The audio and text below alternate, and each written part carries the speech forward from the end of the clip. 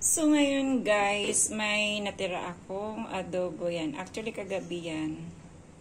So, gagawin ko, iprito ko na lang siya.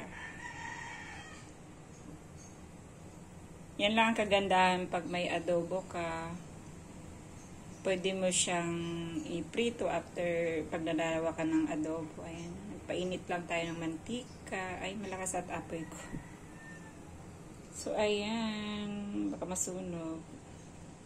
And, natin. I-prito na natin yan. Hirap maghawak ng camera. Fairness.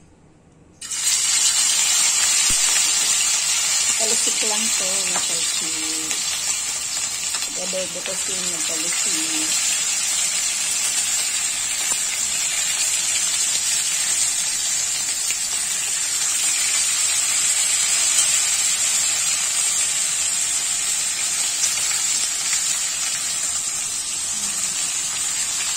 Simutin.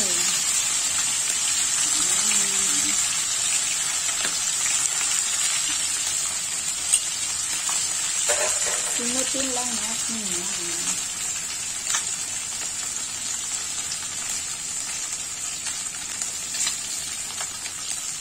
Napalakas yung apoy. Huwag masyadong itusta. Yung tamang maano lang, maprito lang.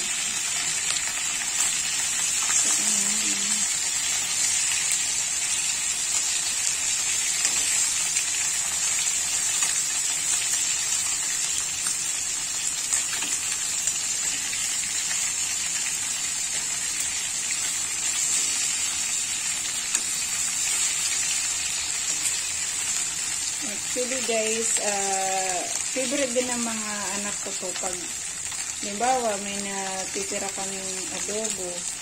Gusto nila yun pag kinabukasan ipapaprito. Yun ang binaon kanina ng anak ko kaninang umaga. Si Bunso naman kasi half day lang sila, so hindi siya nagbabaon ng kanin. Ayan.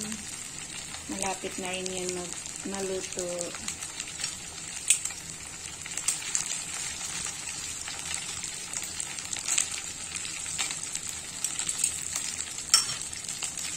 So, antayin lang natin.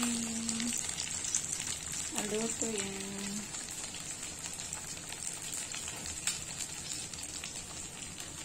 Ganyan lang apoy. Tahimik yung bahay ko ngayon dahil ako lang mag-isa. Yung babae ko mamayang 3 PM naman ang labas noon.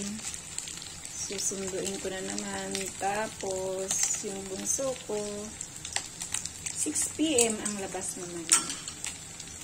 Ang alas 6 dito, madilim na rin. Parang 7 PM na rin kasi siya. Pero siguro, bare months na. Nag-change talaga yung weather pati natin. So, ganyan na. Balik-tayin lang. Pantay-pantay yun.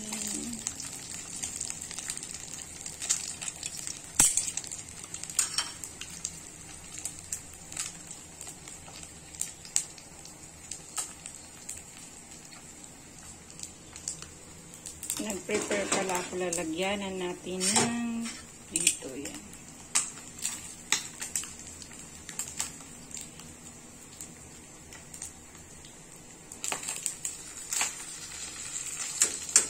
Ayoko ng sunog.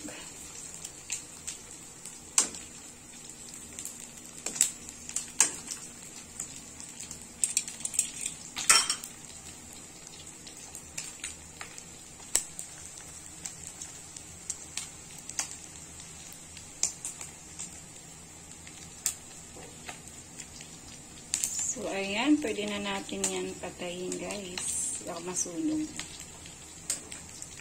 Hanguin na natin. Tapos, kumain na rin. Ayan. Solo flight lang ako ngayon. Kakain. Yun lamang guys. Maraming salamat po sa panonood. Bye-bye.